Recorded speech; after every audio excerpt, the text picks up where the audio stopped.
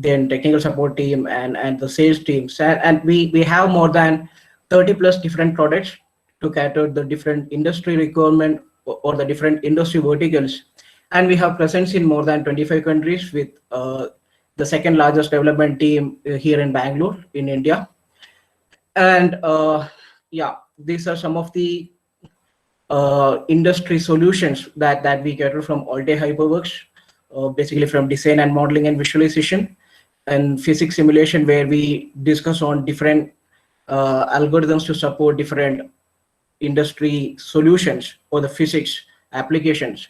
Then simulation driven design. This is the what I can say, the uh, challenge or the ideology that Altair carries from the last 10 plus years to leverage the product development team, or to develop the product faster than ever.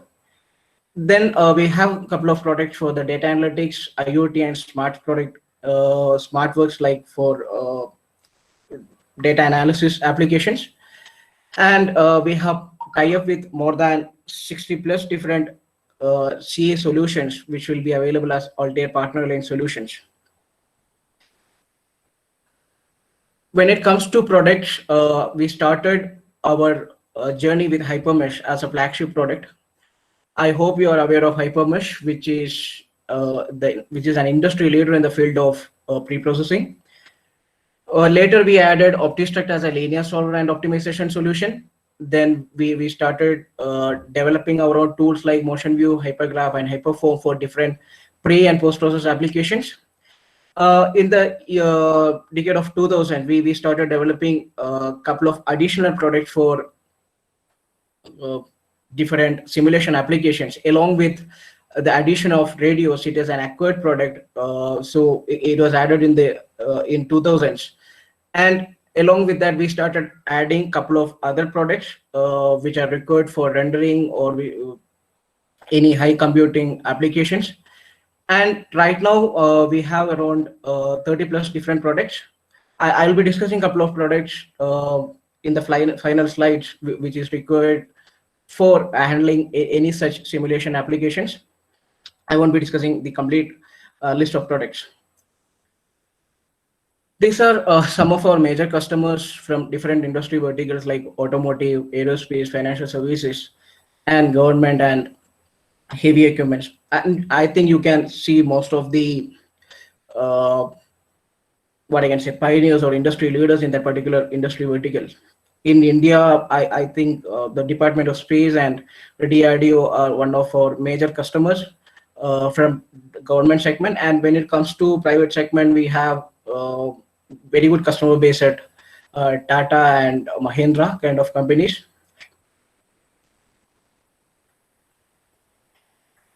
So today I'll be presenting our different solutions as well as customer case studies, what we have with respect to the biomedical applications.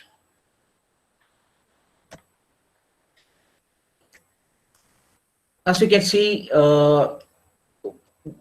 what we have written in the title itself, like simulation technology is expanding in biomedical way. What I have seen from the past 5 years, we could see a more number of or more addition of customers for our portfolio who is working on biomedical applications or development of such equipments, or the customers who are working there on the research applications on biomechanics. Why is happening like this? Because one major reason is the reducing the clinical trials. If you consider any product development or any equipment development, it requires rigorous time frame, and it requires huge number of clinical trials to complete or carry out the entire product development cycle time.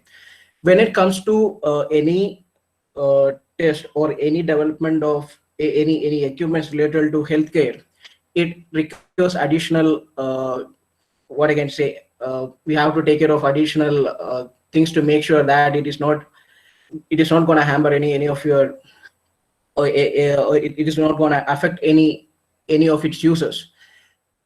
And all those clinical trials, they are they take huge amount of time. Then it requires huge amount of investment. Most of the time, what we can see, if you go with the traditional approach, if you go with direct prototyping and testing, then again there will be a feedback loop coming back from the test engineer saying that, okay, this is not going to work as you are expecting, because there are some issues with this component existent. Again, you are going back to the design engineer, and again you are trying it out.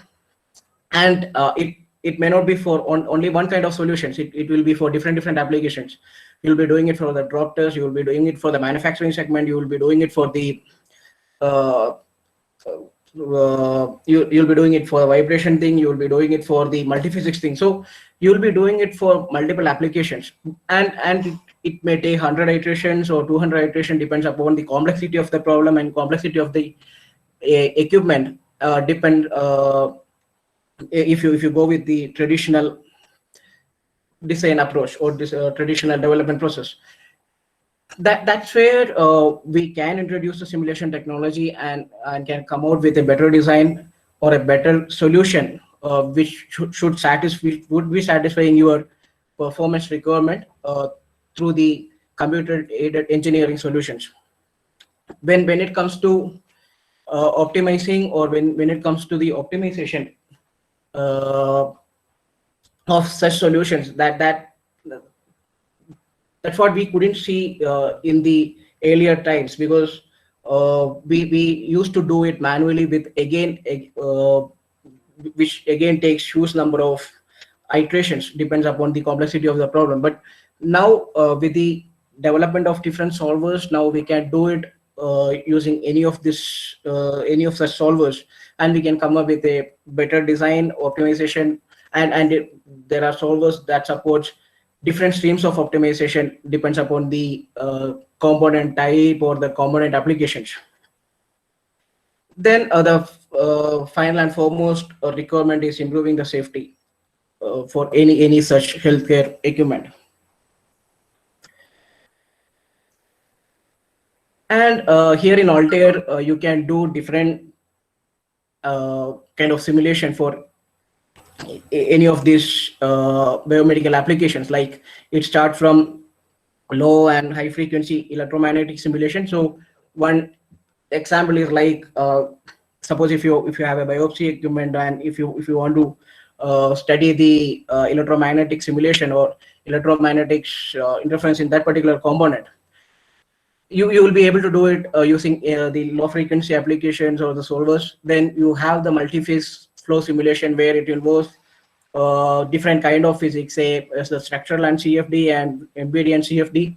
Then you will be interested in simulating the mechanism of the design, to make sure that, okay, the things are working, or the mechanism is working as per our expectation. So that's where kinematic simulation comes into picture. Then there would be different kind of complex nonlinear simulation, depends upon the type of material and type of boundary conditions and type of what I can say, type of deformation. Then you will be testing it for the most misused kind of case, or what I can say, or the worst scenario, I can say, like impact or drop test kind of thing. Then you will be working on the optimization side, to make sure that, okay, this is what I have achieved from my baseline design, and this is what I am expecting. So I need to run a optimization or DOE or stochastic studies, to make sure that, okay, things are working as per my expectation, but it is coming up with a better design. Then finally we get into manufacturing solutions. Manufacturing solutions are really important here, irrespective of you are using any traditional manufacturing simulations, or sorry, traditional manufacturing process, or the latest trends like 3D printing. Because most of the time what we have seen in the industry is that there is a gap between the development team or the design team and the prototyping team. Most of the time we could see a feedback coming from the prototyping team, stating that, okay, the component whatever you have designed is not manufacturable through this particular process. I could see a thermostress developing there, I could see a porosity issues coming up here. So we had done everything at designer level, and we wanted to prototype it now, but what's happening is like whatever we had done for the last 30-40 iteration, everything is going back to the initial stage now, because the end of the day, that solution is not getting manufactured through the process what we have available in our institution. So that is where manufacturing simulations plays a major role to make sure that okay, this design is manufacturable through that particular application or the process that is available with you. So there could be different kind of biomedical applications like biomedical equipment development, like stents, then electronics and MRI systems, then safety, biomechanics and prosthetics and implants. That's where we discuss on the implants and biomechanics simulations for safety applications. Then 3D printing for lightweight applications, then thermal management and durability and fatigue simulation. And one more interesting topic is the nonlinear structures and FSI. So where we couple different physics, we couple structural simulation with CFD, we couple multi-body dynamics with CFD, we couple structural simulation with electromagnetic simulation, and we couple electromagnetic simulation with CFD. So there are different kinds of FSI or the multi-physics problems that any such product development company is working out. And from Altair, this is one of our major key area where we are working now to develop or to make sure that the communication between 2 or 3 or the multiple solvers are happening at the real time. As I told you earlier, simulation-driven design is the approach what we suggest for any product development company, because any such simulation or any such design process are gonna make sure that you are not going to take the time what you had used for the traditional approach. In simulation-driven design, we are making sure that the designer or the simulation is available at the designer level, so that he will be developing the best possible results, and he will be transferring the data to CA engineer just for the validation. And here, because of this, what we could see is, say for example, like you have a design team and CA team. Design is developing some product, and your CA team is developing. The CA team is working on the validation side, and again there will be a feedback coming from the CA team stating that okay, this is not working as per expectation. Then that cycle goes for say 20 iterations or 30 iteration of, even if you include design and simulation at the end in the process. But through the simulation driven design, we are making sure that for a designer, the simulation technology available at his desk, and he'll be able to develop a concept design. He will be developed to check his design, and also he will be able to check the manufacturability of his design at his level. Then he will be able to understand, okay, this is what's happening with the model. Then he will be able to what I can say, recheck the design or redesign it. Then he will be transferring that particular data to our simulation team. So from 30 iteration or 20 iteration, he can cut down it to 2 or 3 iteration with the simulation driven design approach.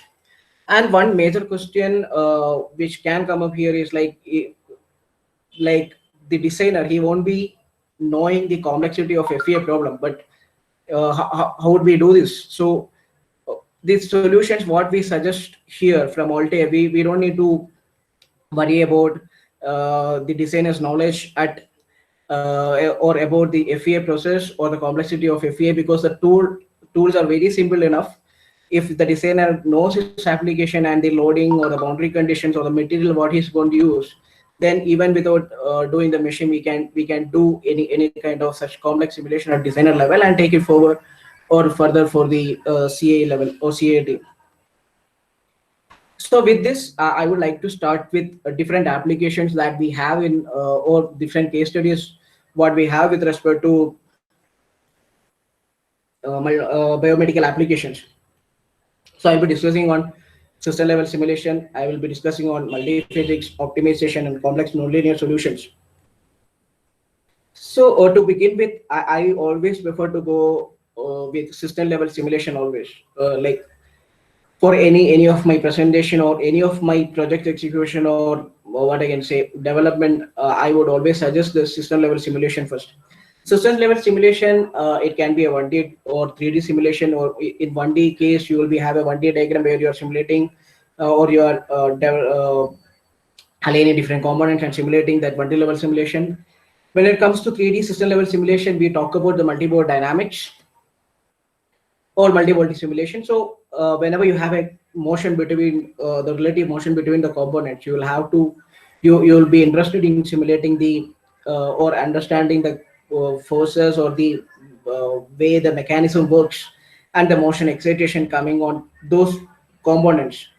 And that's where you're working on the multi-body dynamic simulation. And multi-body dynamic simulation is really important to understand the uh, mechanism, how the mechanism works, and how best we can improve the design and what are the loads coming on a certain component. And sometimes we work on flex bodies to get the stress strain details on those components. Then that's where we integrate multi-body dynamics with FEA. Then, based on this result, further we may proceed for a fatigue simulation or vibration studies. So, multi-body dynamics or multi-bodies simulation is available for all the domains or all the application, be it for healthcare application, be it for the automotive, or so wherever you find any relative motions, you will have to do this to make sure that the things are working as per your expectations. So there is one very good example what we have from one of our customers. The simulation, the objective of this particular simulation was to make sure that the mechanism is working properly. Also, as you can see here, they were working. They wanted to make sure that the stress is not exceeding at this location. So what they have done here is they introduced the flex bodies, and they generated flex bodies using our structural solvers and integrated it with the multi-body dynamic solver, and made sure that okay, they can measure the stress or strain data what they have here. So from this result, they can take it further for any kind of fatigue simulation, or if at all if they want to go for any vibrational studies, they can do it. This was one of our this is from one of our customer in Bangalore. They are into the different biomedical equipment development, and Noxeno was one of their major projects. Noxeno is actually used to take, suppose if any kid, if accidentally he puts anything in his nose or something, that we usually see that kind of accidents every day or once in a week. So what he can do is, if you have Noxeno at his home or in hospitals, what you can do is you can just you can just insert that into the nose, and you can make sure that you are pulling it outside. Here the major constraint what they were facing was they knew all the parameters, but they were not sure about the force coming on the component, or the spring damper values what they wanted to keep to make sure that okay, things are or the things are functioning at or the performance are satisfied. But performance expectations are satisfied, but they had a rough idea about the design. Then what we could do with the multi-body dynamics. So they had different experts who was working on different computational computer aided engineering solutions. So with the help of multi-body dynamics solver, we made sure that okay, we could replicate the mechanism performance once again through the solver, and from that we could identify okay, this is the body forces acting on different components, and this is a force what is required, and these are the parameters what is going to affect the performance. And this particular one, what you see here, it is again from a flex body simulations, because they again wanted to check the performance of this tip or this component, because this is very lightweight kind of component, and they wanted to make sure that because of the force, nothing is going to affect, or nothing going to break out here because of the applications. So MBD basically, like it involves different steps like assemble, solve, evaluate, and improve. So improve is always associated with the optimization process. So it is the kind of like final stage in the product development cycle. Assemble is where you take the rough CAD model and assign different joints and motions and solver parameters or templates to make sure that okay, kind of simulation is sequential or a unidirectional simulation. Then you keep adding different kind of uh, sensors to make sure that okay, things are working as per the requirement. Then once you have a model, then you will be probably going with the solvers or solver side for solution. Once you solve it, you will come to know okay, what best I can do to improve my solution after the evaluation.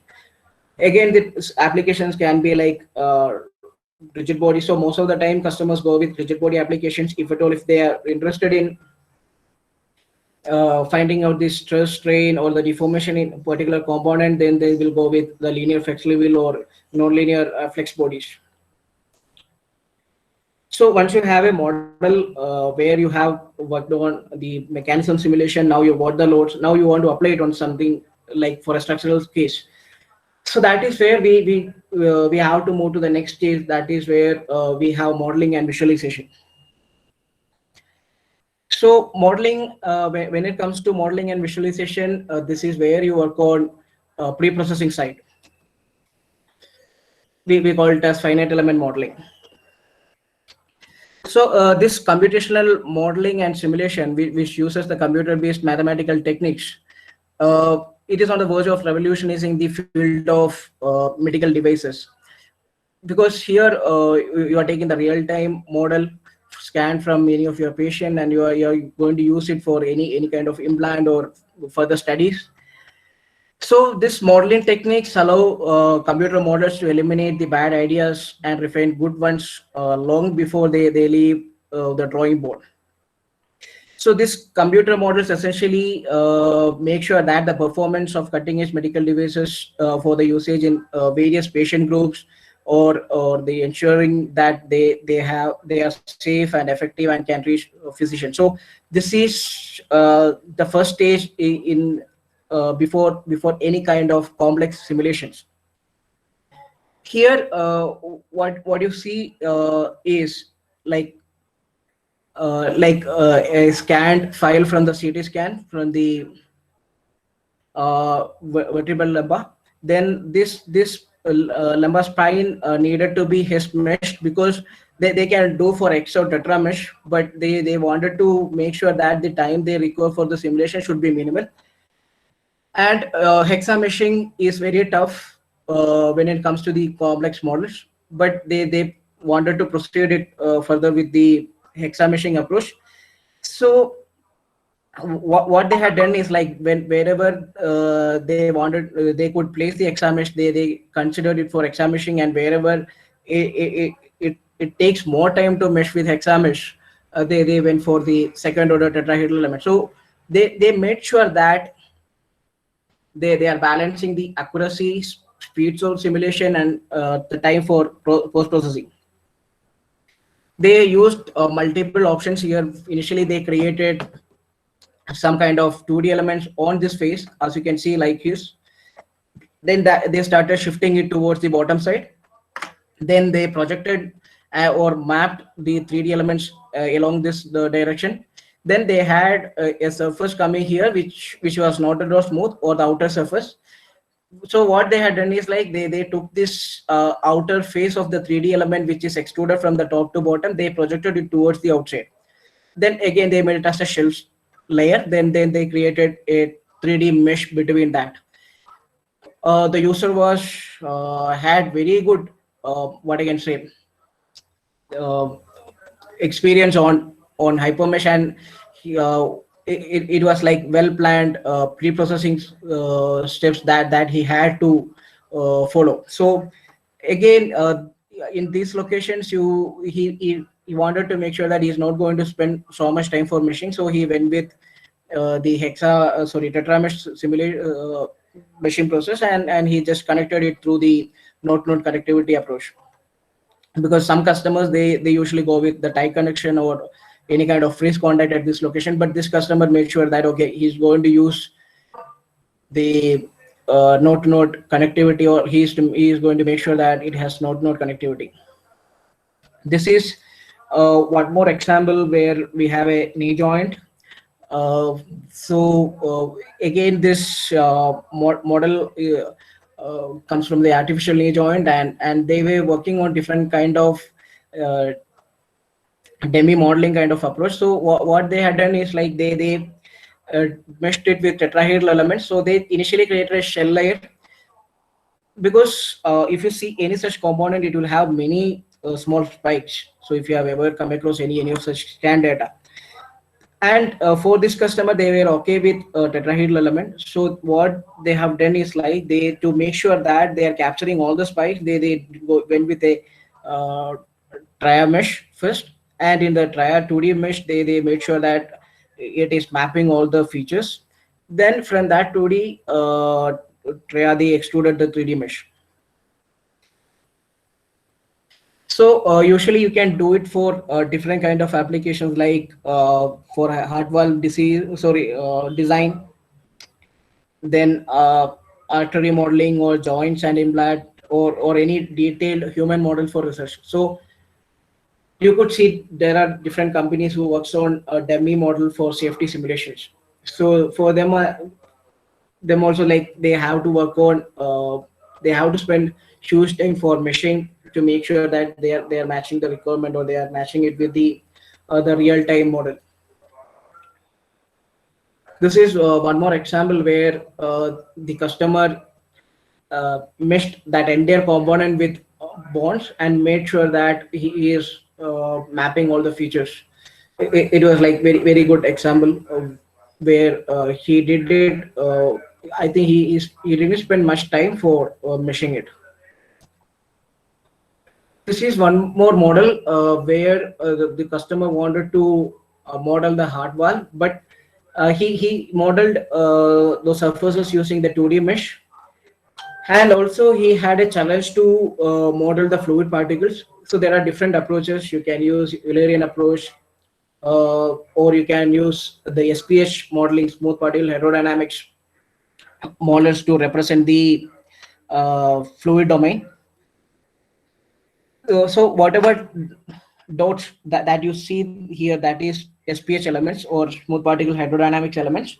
So it is a mesh-free Lagrangian particle method, and has special advantages in modeling complex fluid flow, especially those with large fluid deformations. So we usually do it for any kind of FSI simulation. So the applications what we have been discussing till now, it comes under meshing or pre-processing. So you'll have different kind of meshing or different kind of applications like 1D, 2D, and 3D.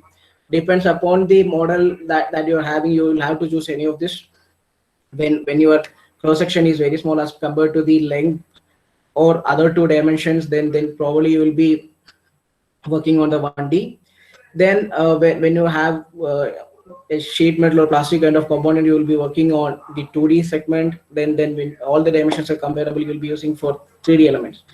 So depends upon this, you will have to use different kind of approach for meshing. Then you will be using different kind of elements for meshing.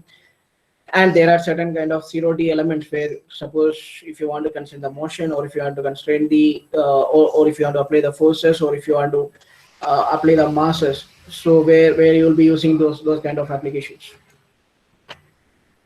Now once you have a mesh, we'll be moving to the next session, that is complex physics. Complex physics is where we discuss mainly on the nonlinear simulations. So nonlinear simulations involves different kind of nonlinearities. So it could be any nonlinear contact simulation, or we generally call it as boundary condition nonlinearity, or there could be a nonlinear material, where your material moves to a elastoplastic domain, or your models are hyperelastic, or your models are, or material models are viscoelastic, so, or creep kind of model, and you wanted to find the fracture or the failure in the component, then you have the small and large displacement simulation, where the geometric nonlinear cases comes into picture, where there's a large deformation and you want to capture those deformation through the last train theories. So your model would have any of this application or a combination of all this.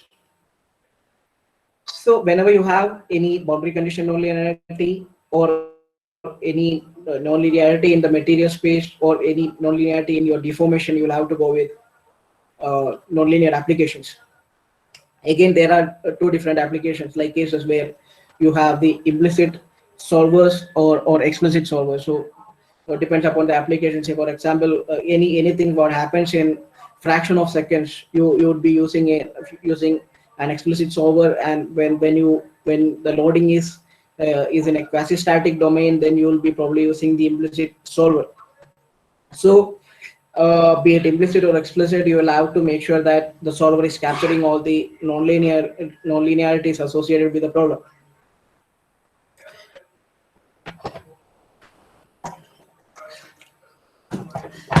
So I can say it's a kind of FSA problem, a complex nonlinear simulation, what we had done using our explicit solver.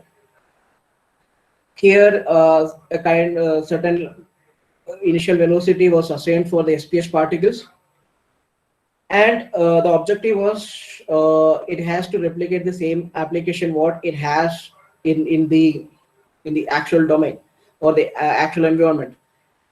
So we had different thoughts about modeling it using the early approach. The early approach is where you can use arbitrary Lagrangian Eulerian approach, where you can model it for different kind of fluid structure interaction problems. We did a certain kind of iterations, but the time taken for the simulation was a bit higher than what we are expecting. Then we thought of going it with SPS simulation to understand the physics once again, because we wanted to make sure that it is capturing all the deformation or the movement of the components as expected in the actual environment.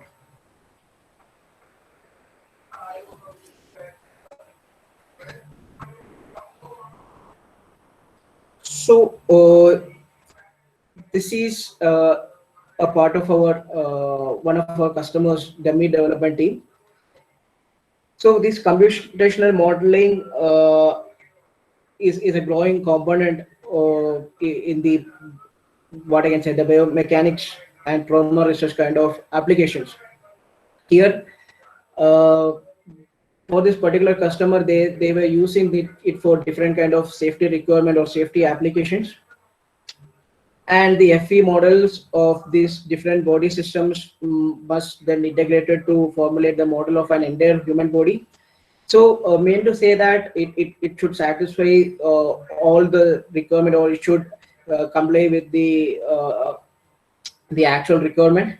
And it will have different variants, like it will have a adult dummies like male and female, then children for 3 to 6 years old. So finally, this entire human body model must be validated for a vehicle or crash worthiness simulations with occupant and pedestrian impact conditions. So in our solver, they did different kind of simulation, like dummy positioning. They did the seatbelt routing. They did the airbag release mechanisms to understand the load or the impact coming on the dummy. So this particular customer, JHBMC, has applied the meshing features and morphing features from Altair to develop the detailed finite element models based upon the scan data. So they had a scan model, and based on that, they were preparing the model.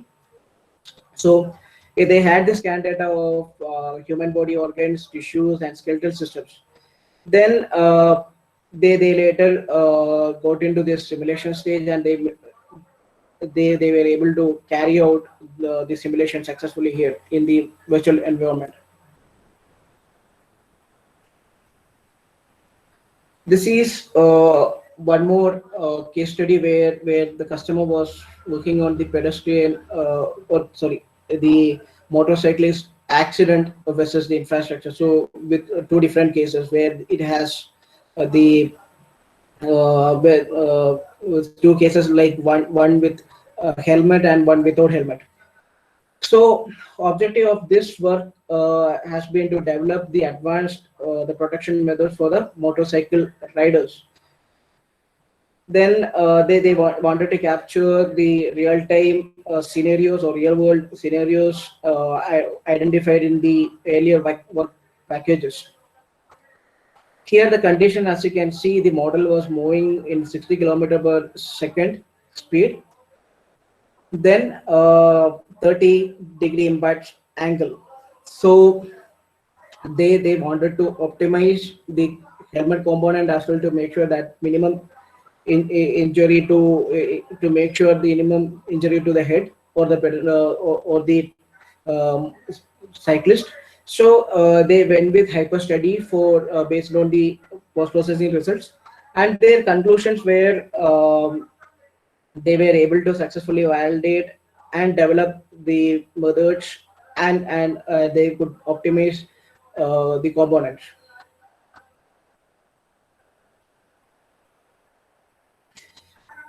This is again one more customer use case where they were working on the chemical analysis on the stent. So stent is a tiny tube that your doctor can insert into a blocked passageway to keep it open. So the stent restores the flow of blood or other fluids depending on where it is placed. They used a material of match 71 type 71 for shell and solid elements, and they used a kind of non-alloy stent design, and based on the output they again went for the optimization. They could achieve what they were expecting through the virtual simulation and optimization.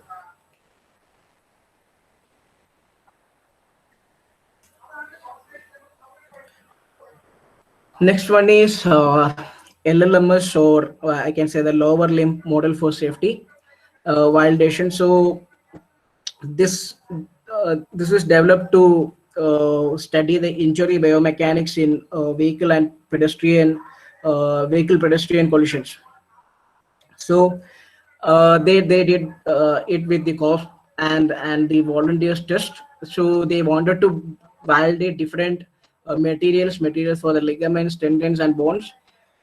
Then they had what I can see that was a kind of global study. Then they had a local modeling approach where they had isolated segments, and they wanted to study the different areas or different components. Here the variables for the simulation, or the varying parameters, were the joints and joint stiffness and the trivia orientations. So the major challenge was the vehicle pedestrian impact has been simulated using a generic car model. So they had a generic car model on the lower limb model for safety, that is LLMS. So when they were using a generic car model, which has been developed in-house, so in-house by Aplosys. So this is again comes from the Aplosys, the same customer whom you have seen for motorcyclist versus road infrastructure development. So all the simulations were performed using the explicit dynamic FEM solvers. So what they could do is all the impacts are in the lateral direction of the leg. Example, like when the vehicle is traveling at a fixed speed of 40 km/h, from the geometrical point of view, the parameters what they were considered were this joints and joint stiffness and trivia orientation. So this was a continuation of their simulation. They wanted to simulate the walking gait. So gait is a person's pattern of walking. The walking involves, as you are aware, the balance and the coordination of the muscles so that the body is propelled forward with a rhythm. So here they wanted to simulate different pronation, or pronation means the natural side to side movement of the foot as you walk or run. So they wanted to simulate the same thing in the virtual domain. So they went ahead with an explicit solver and made sure that they are replicating the actual behavior.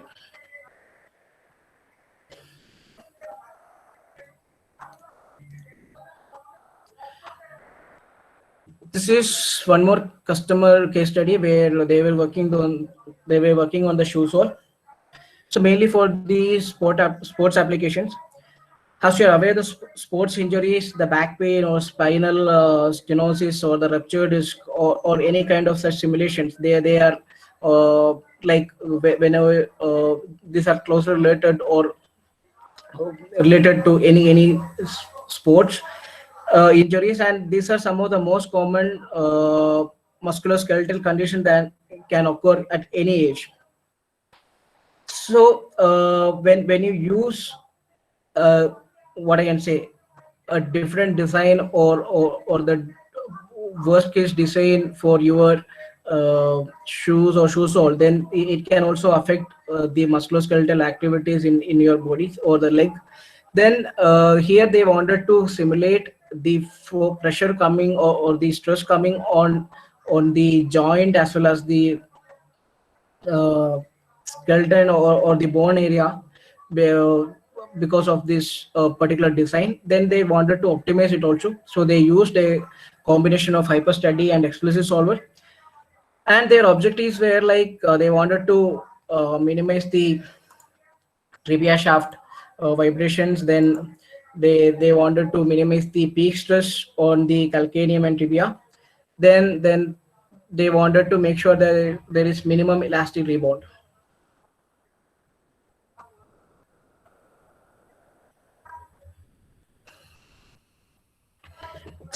The main challenge what you have in a biomedical modeling is linked with the complexity of the contact conditions and the materials that can be homogeneous or anisotropic or nonlinear, or again it can be the strain rate dependent. So it is very difficult to validate any biomechanical uh, model due to the scarcity of the experimental data and the lack of representation of the variability. So here, Philomec, they are into different kind of biomechanical application simulation. Here they wanted to simulate the surgery simulation for a bone, and they had a challenge in validating this particular design because of the complexity of the materials. Still they could able to achieve good correlation with the test, and they were able to do it with the help of the multiphysics algorithm available in our solver.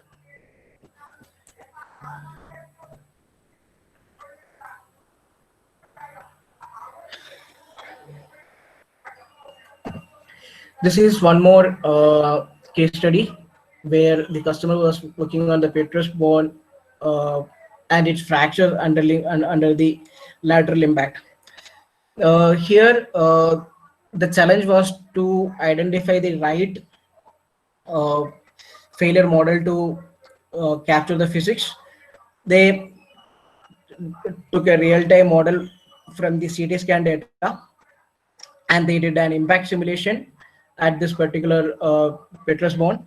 Then they did a stochastic study to understand the behavior or the parameters which are influencing or in deterministic parameters which are influencing this particular simulation.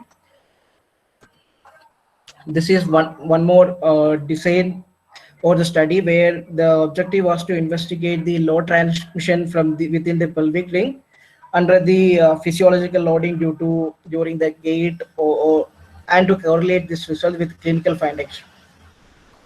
They use certain muscle forces and joint reaction forces that are calculated by inverse dynamic process, and they applied it on the scan data and the FE model prepared by the preprocessor. So what they could find is with the intact configuration and according to the moment of the gate, the left and right superior and inferior damage shows the highest stresses in the model, and corresponding to the typical location of the anterior pelvic ring fracture. Their conclusions were this particular study enhanced them to understanding the biomechanics of the pelvis and highlights the important role of Rami in load carrying and maintaining the integrity of the pelvic ring. This is one more study from our customer who works on safety simulations.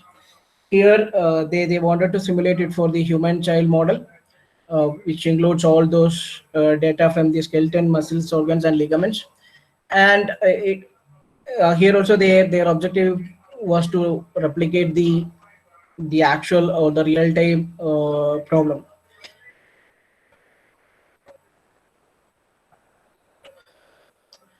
This study is taken from Alstom. So this is again for the safety simulation in railways.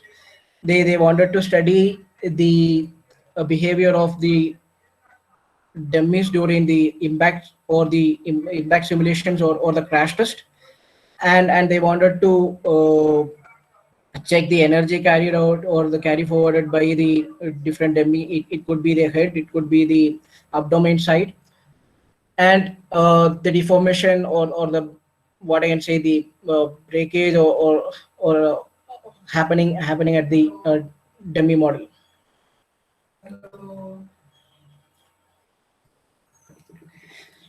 This is one more simulation where it involves the fluid structure interaction solutions, where the customer was working on the heart model.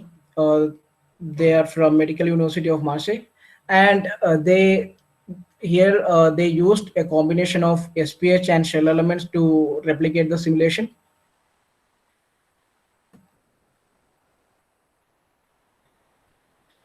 This is one more application for safety requirement. Here you can see different simulations for the lateral impact force displacement comparison, kind of 3-point bending test at the thighs. Then there is a kind of pelvis bone lateral compression dynamic test. Then there is a lateral impact for the leg. It's a kind of lower limb simulation what we had discussed in the earlier stage. Then so these are the different simulations that the particular customer carried out on the leg.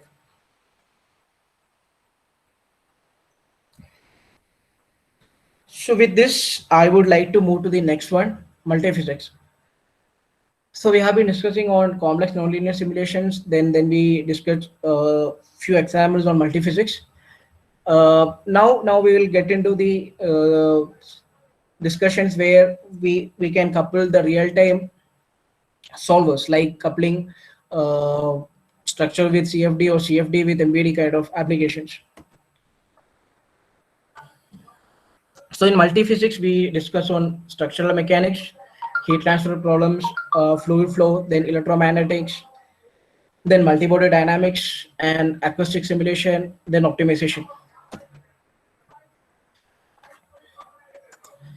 So when it comes to the coupled simulation, the first one is fluid structure interaction problem, where it can be a practical FSA or a direct coupling FSA. So practical FSA, it is like a unidirectional thing, like where you run a model analysis, then carry forward for a transient simulation, where the direct coupling is the direct data exchange between two different solvers. Say you are running a CFD solver and you are running a structural solver, and you are sharing the data, like body forces, forces from fluid model to the structure, and structure updates the stiffness or updates the structure and transfer it back to the updated vectored area back to the fluid.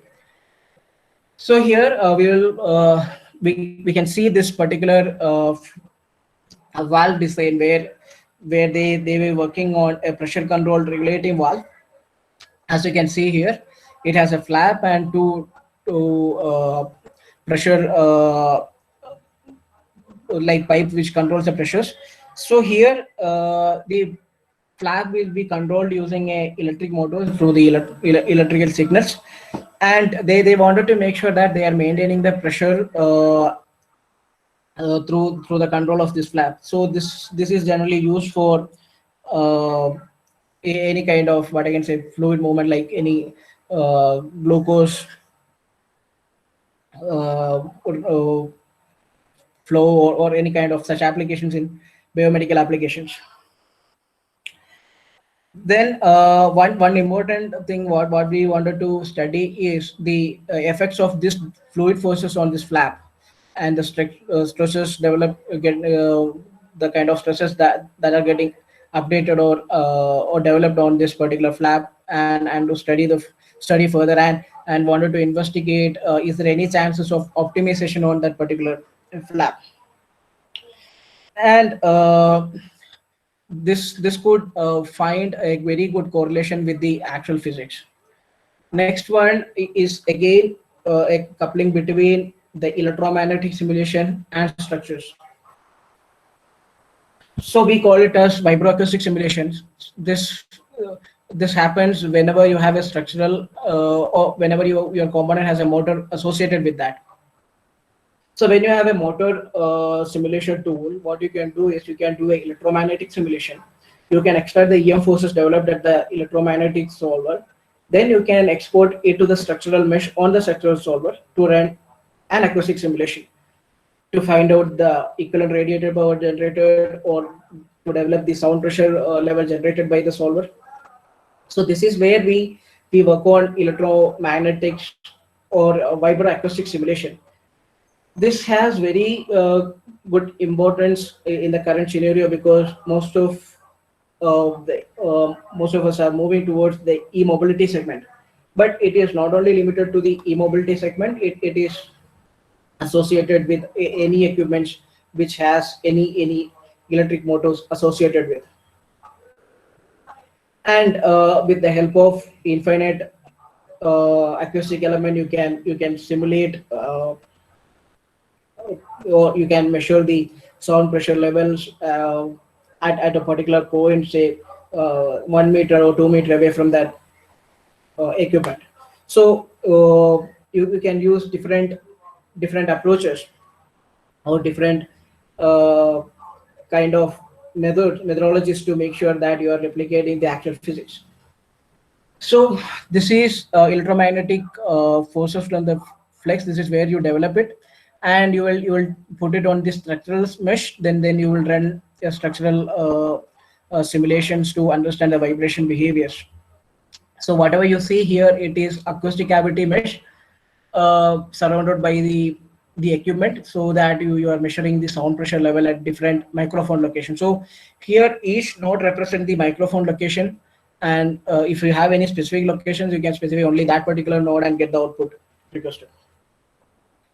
Next one is CFD and MBD simulation. So it is again, if you are using any rigid body dynamics, it is a kind of one directional coupling, because you you are only measuring the variation in fluid flow with respect to the motion, and you are not measuring any effects on the rigid body due to the fluid flow. But if you are using a flex body, definitely you will be able to find out the stress or strain variation on that.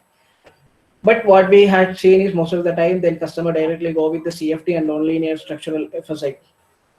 So here you can use how the structure is or how the motion is affecting your fluid flow.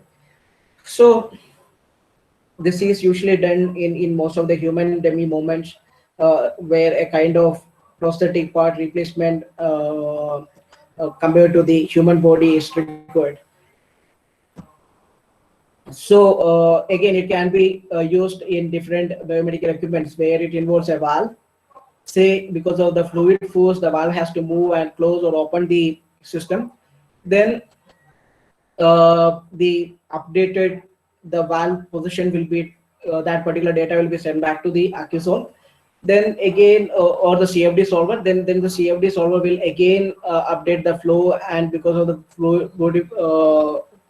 fluid forces, he will again capture the data.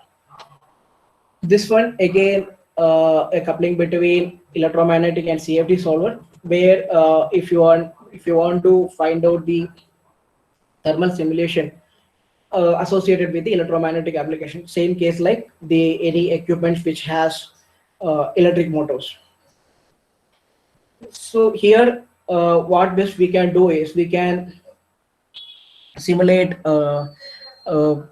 the electromagnetic solutions at the EM solver.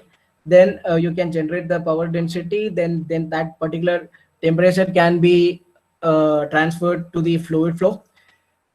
And through the CFD solvers, you can do a cooling simulations to understand the thermal distribution or temperature distribution in the component.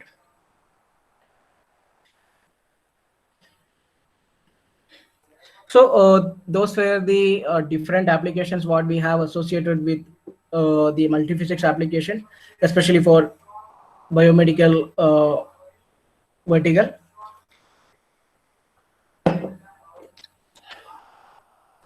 Next one, once you have all the simulations done, now you have to move to the optimization study. So now with the addition of additive manufacturing process, most of the complex geometries generated using the optimization can be manufactured using the 3D printing process. It involves different process. The first one is the assignment of design space. So design space is where you can remove the material or you can alter the design of the component. Your model can have the design space and non-design space. What we recommend customer is not to apply any load or boundary conditions on the design space to make sure that your design space is not disturbed or the loading location or constraint locations are not disturbed. Then you can go with a topology simulation where or topography simulation or any shape optimization. So topology optimization means where you can remove the extra material. Topology optimization where you can improve the stiffness with the addition of beats. Then from the first cut topology optimization, the next stage is to go with a design geometry interpretation where you generate the lattice structure. So now most of the customers from especially from space and biomedical application, they work on lattice structures design and optimization. Then you have to go with the result validation to make sure that the new design is satisfying your working conditions. Then once you have a result validation, then you will go with the build preparation. So build preparation is where you simulate the print, actual 3D printing to make sure that the things are not failing at even at the prototype typing stage. And then once you have the print simulation, then you will go for the actual print. So 3D printing applications, what I can say is the requirement is getting increased day by day in the field of healthcare. One application can be the orthopedic implant. Suppose if you want to implant any bone, a part of bone or any further implant like any 3D printed plastic 3D printed components, then there could be the patient specific anatomical models. This again, say for the patient, you can take the scan data and you can print with respect to that particular design or the optimized design and make sure that okay, the implant is not affecting the patient like patient bones or the health. Then yeah, then we can see a great growth in the requirement of 3D printing applications and medical and dental services. So we have a couple of customers who work on medical and dental devices development with respect to the 3D printing technologies. And there could be, as I told you, like in the previous slide, there could be different design considerations. So there are technical considerations for additive manufactured devices, like it should not create any issues to the patient body for any because of any implant. Then it should give the lifetime support for that particular component, and it should also allow the bone growth, and it should not create any unnecessary issues in the body. Then optimization of the bone implants interface. So it should have certain porous interface with the bone to facilitate the growth. So with this, I can say this case study where customer was working on this implant. The first step was to create or to take this CT scan from the customer, the patient. So it is a kind of generic implant design space. Then he went with the topology optimization where he wanted to go for a optimized material layout which satisfies his requirement also, like it should carry certain amount of load or should not the deflection should not exceed a particular uh, value kind of design objective. Now in that customized implant design, the through the topology optimization, he again ran a lattice structure optimization from this particular material layout. So when you run a topology optimization, you will get a material layout that is phase one design. In the phase two design, you can go with the lattice structure optimization to find out the lattice structure developed by the solver, which will again have good stiffness and porous kind of behavior for the implant. Then the later stage is it is getting manufactured at the final level. Then it goes for the surgery. So this one was the particular generic implant. What they had in the initial stages, and it had couple of loading, like loading acting because of the standing up loads and stance load and walking up stairs load. And so they had couple of different kind of loads acting on the component. So they made sure that they are going to capture all the physics associated with that particular component. Then with this particular component, then they again went for the optimization. That is the second stage. So this was their design space. This was a non-design space. So from the design space, they wanted to make sure that the materials are getting removed or they are generating a no concept design. So from that particular design space, they started running optimization. So optimization you can run with different manufacturing simulations. So this is the case what I was discussing in the initial slides. Like your model should be manufacturable. Your model should be manufactured, should get manufactured using any of the existing in-house production process. Like it can be because of the casting, like single draw or split draw. Then it can be because of the extrusion, or it can be because of the overhang constraints. So overhang constraints is what people generally use for additive manufacturing process, where you can define the print direction, you can specify the angle, overhang angle. So this is a kind of simulation where you can the optimization approach, where you can generate a self-supporting structure for your 3D printed part, so that you can make sure that you are minimizing the support material requirement. Then based on that particular optimization setup, we went for the optimization and we got this updated results. Now we have to validate it and compare it. So uh, these are three different cases where this one uh, represents an healthy femur. So in femur, if you see this stress, it is coming something like a 25 MPa stress due to different loading applications. Then when we go for a generic implant femur, again it is coming like 36 MPa, so a bit higher than what we have here in the healthy femur. Then we checked it again with the optimized implant, what we got it from the optimization process and additive manufacturing things. So that particular design, again, it has a stress of 25 MPa, so it is matching with the healthy femur. So they were able to achieve the same performance here. At the same time, you can see a couple of comparisons, the difference in mass. So the difference in the mass of that particular component from the initial to final design, and the you can see the difference in the stress shielding. So you can see the comparison between the generic implant and the optimized implant for different load cases. So load cases, as I discussed in the first slide,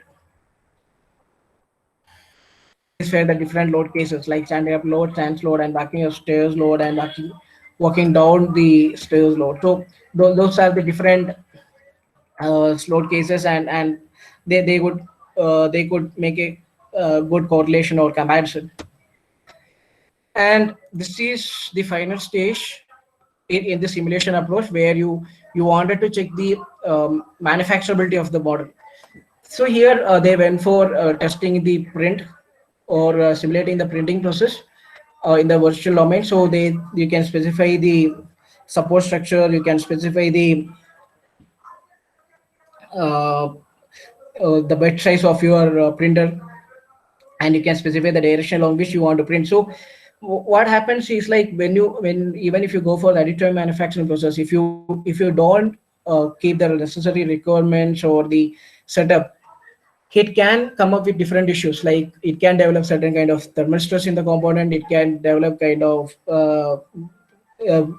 lines or well lines kind of thing on the surface. Then it can create different spring back issues. So spring back is like, because of the thermal stress, once you remove the material, it can again come back to the it can again go for the deformation. So based on your printing test result, you will come to know, okay, I need to give extra support, or I have to keep extra support material, or I have to work on the redesign of the design to make sure that there is no spring back or thermal stress happening at this component. So this is where you can validate your model for manufacturability at your end. Then if at all, if something needs to be changed, then you can go back and check with the designer once again before getting into the actual printing process, because printing is a bit costlier compared to any other traditional manufacturing process.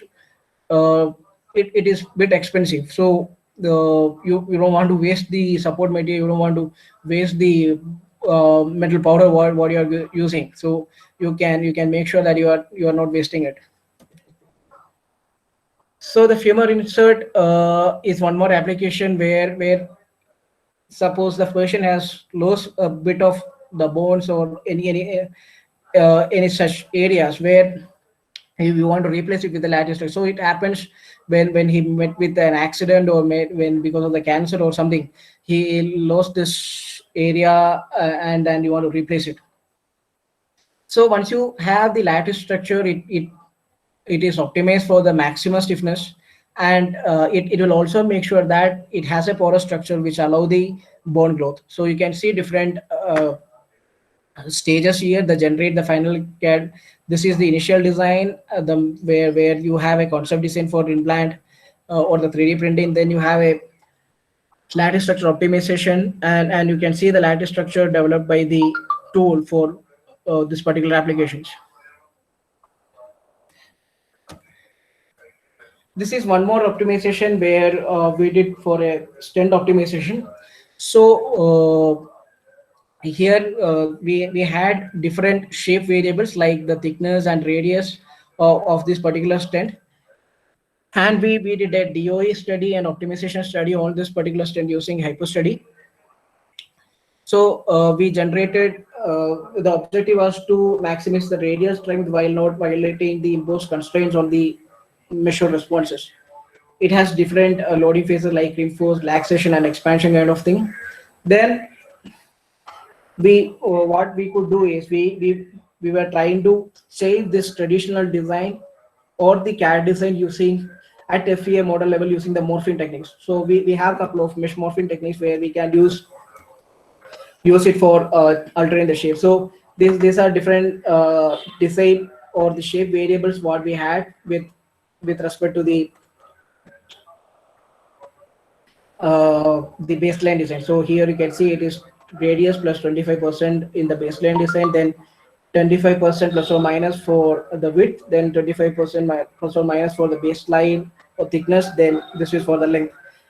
And these were the shape variables, and with the shape variables we ran for a shape optimization. With shape optimization we got following results, like there was 177% increase in the stiffness, then reduction in maximum tensile principal stresses, and uh, for bending load also there was a reduction in the principal stress. So it was one more optimization study for a stent.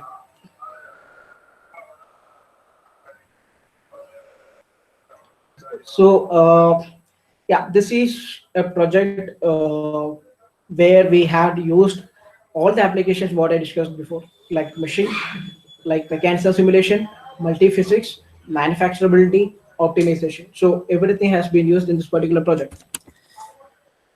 So Nolava is a product which is used for injection purpose, like functionality is medical injector for home use. So when I say home use, it can be for the parents who cannot go regularly to the hospital or something. So with minimal manual input, you can apply that liquid or the things what you have for injection. And it uh, it when they were developing this, they had different challenges with respect to the functionality, misuse, optimization, and manufacturability. So this was different stages in design, like functions, misuse, optimization, and simulation driven design and manufacturing. So starting with functions. So as you can see here in the function, it involves two different physics. One is motion and the second one is CFD. So it is a kind of multi-physics problem. So this particular component is being rotated using a motor, and they wanted to check the torque required at this end. At the same time, the fluid pressure developed at the injector tip.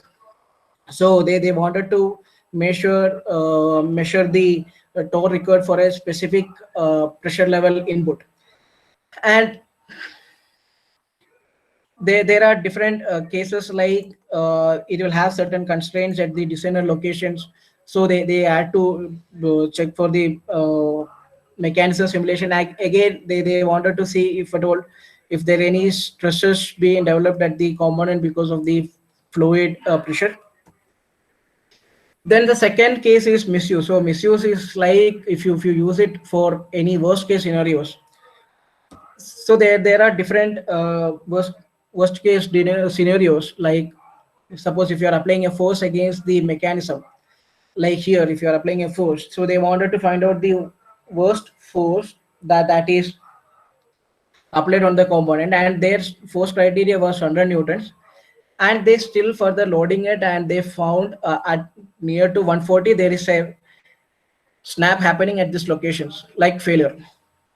So they wanted to simulate that worst case scenarios, but they were able to satisfy their force criteria, like 100 newton within this particular design itself. As you can see here, it moves up to here, and it is the stresses or the functions are well within the range of their expectation. But if they further keeps loading it, you can see that there is a failure happening at the component. Again, they tested it for two different orientation for misuse. Like suppose if you are bending it, you may not be knowing, you will be throwing it to the table, and someone who doesn't even know about that tool, they would be just closing it, or they will be keeping some component over that, or some things over that. So they wanted to do something like a 3-point bending test, and both the testers were in uh, two different orientations.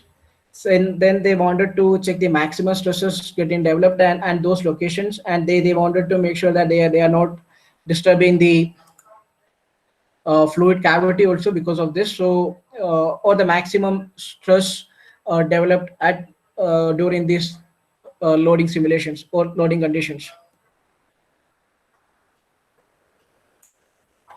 Next one is optimization. So they had a traditional layout, material layout, and they were getting something like 4.72 displacement with that traditional layout.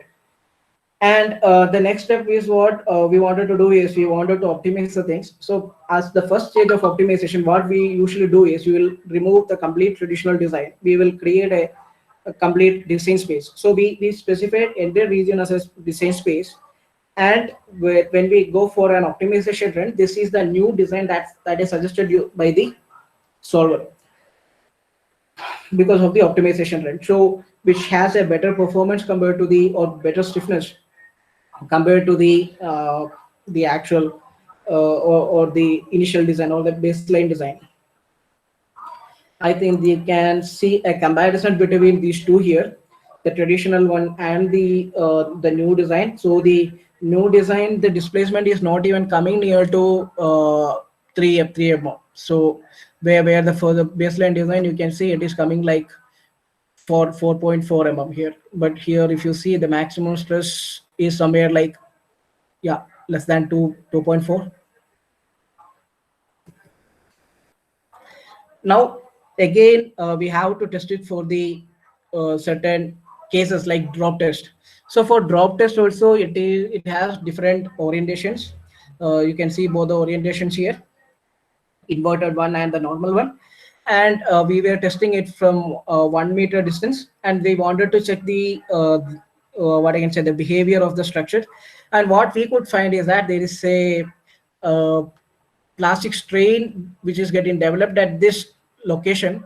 At the same time, this is where we used to keep our PCB location. So what we could see is, because of the impact, this particular opening is coming out, and that failure is happening that at that location. So based on the design, we based on the simulation, we did couple of design iteration that is highlighted in the red color here. So these are the two design changes what we made for this particular design. This is where the simulation driven design comes into picture. Like, you do a simulation, then you are developing, then you are again going with the simulation. So now if you see a comparison with the original design, you don't see much plastic strain here compared to the first one. So here the plastic strain is 0.172 is the max, where here it was 0.453. And in the modified design, within the same drop test drop level, there is no failure. That PCB board is not coming out. So PCB board is one of the major component in that particular design. So it is not nowhere it is coming out. Now we have to go for manufacturing. So manufacturing is where we discuss about the manufacturability of the component. See, there is a snap fit happening at the location where that's how it closes the model. So we wanted to check the assembly check first, whether the assembly is happening at the proper level, like for the fixtures. So when we are that was the first thing what we wanted to check. Then the next one was the injection molding process. So injection molding process is bit complex one, and you wanted to see the temperature distribution of the thermosters, or the you will have a specific fiber orientation for that. So you'll have to make sure that the things are going on. And what we could see is different gate locations are affecting the warpage. And when we were checking for the assembly level simulation, we could see that couple of locations, in couple of location it was failing. You can see here there is a change of plastic strain development, and in couple of locations it was even failing because of non-matched gate. So this is also, we wanted to make sure that we were checking it. But in the new assembly or the new design, they could check this, and they could make sure that okay, things are going on as per the expectation. So that was my presentation about Altair solutions for biomedical application. I'm moving into the final session of my presentation. Altair University is a virtual university where the faculties or students can enroll for different courses and apply for the certification purpose. And we have different Altair industry outreach initiative for the students, for the faculty, then for the universities, and the our commercial customers. So industry outreach program, it brings the opportunities what we have with respect to our products in our customers, or in our commercial customers. And we bridges a gap between the commercial customers or the industry and the students or the institutions. So through Altair industry outreach programs, we will be developing different simulation skills at the students, which is required at the industry level. And we are making sure that the industry is getting a trained fresher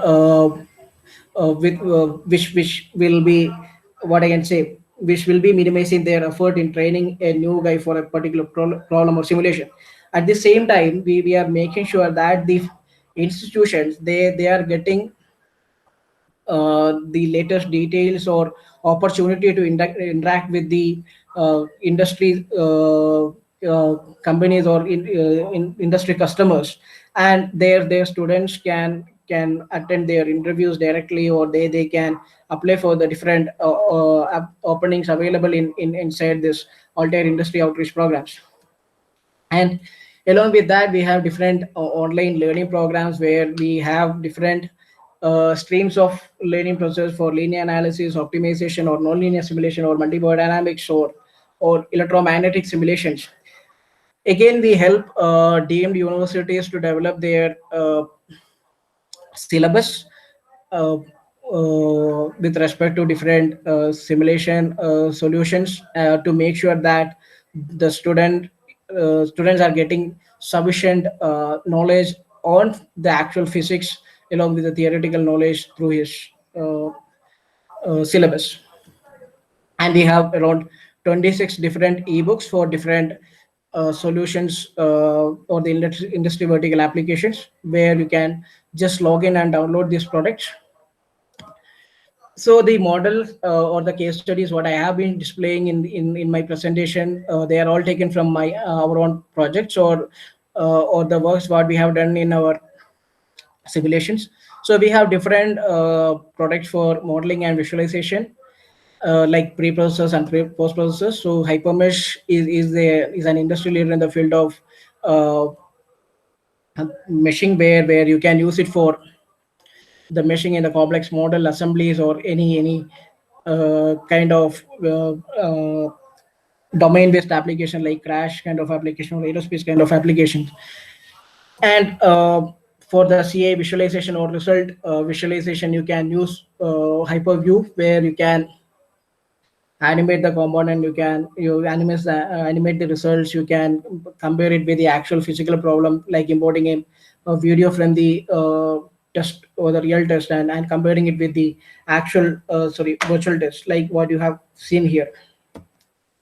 Then there is SimLab, which is a multi-physics platform which bridges a gap between different physics in the single environment. You can set up different multi-physics applications like electromagnetics and structures, or vibroelectric or FSC kind of problem, or even the uh, mold flow analysis. So all this can be set up using SimLab, where it has a CAD associativity.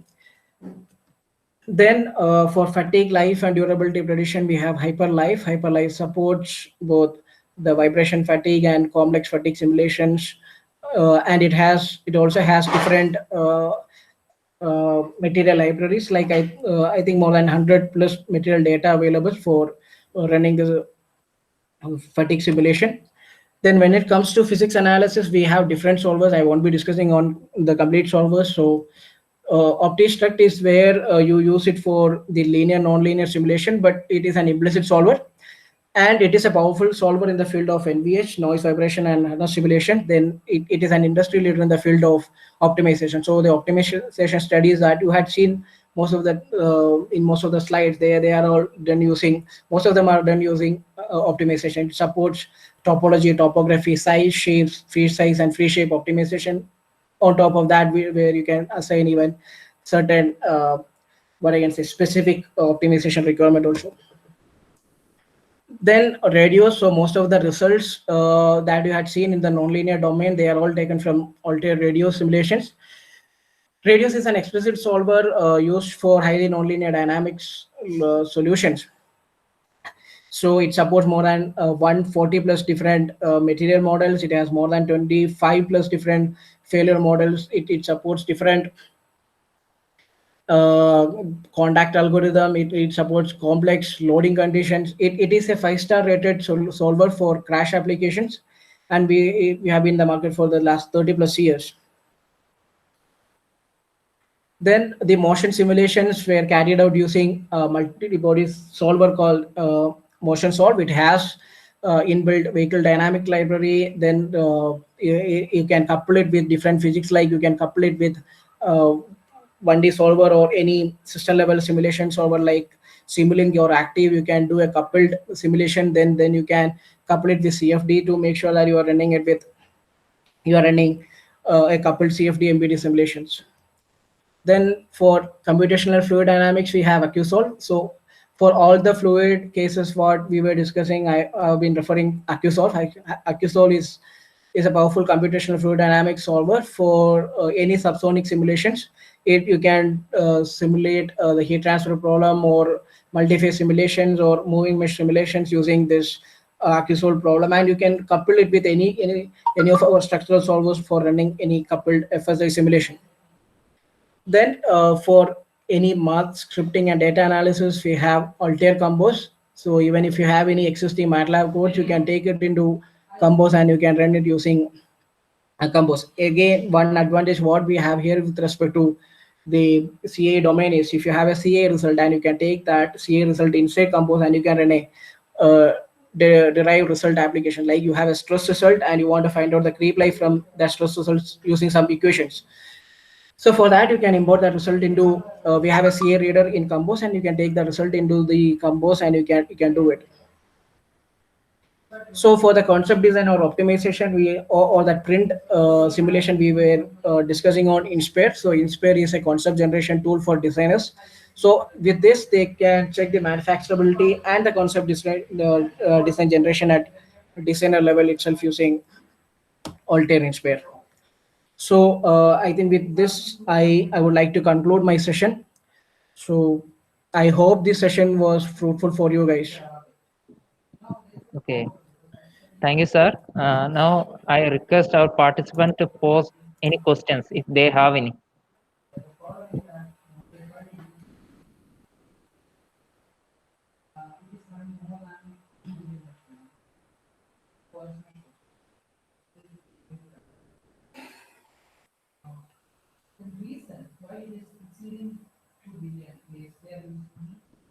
Questions?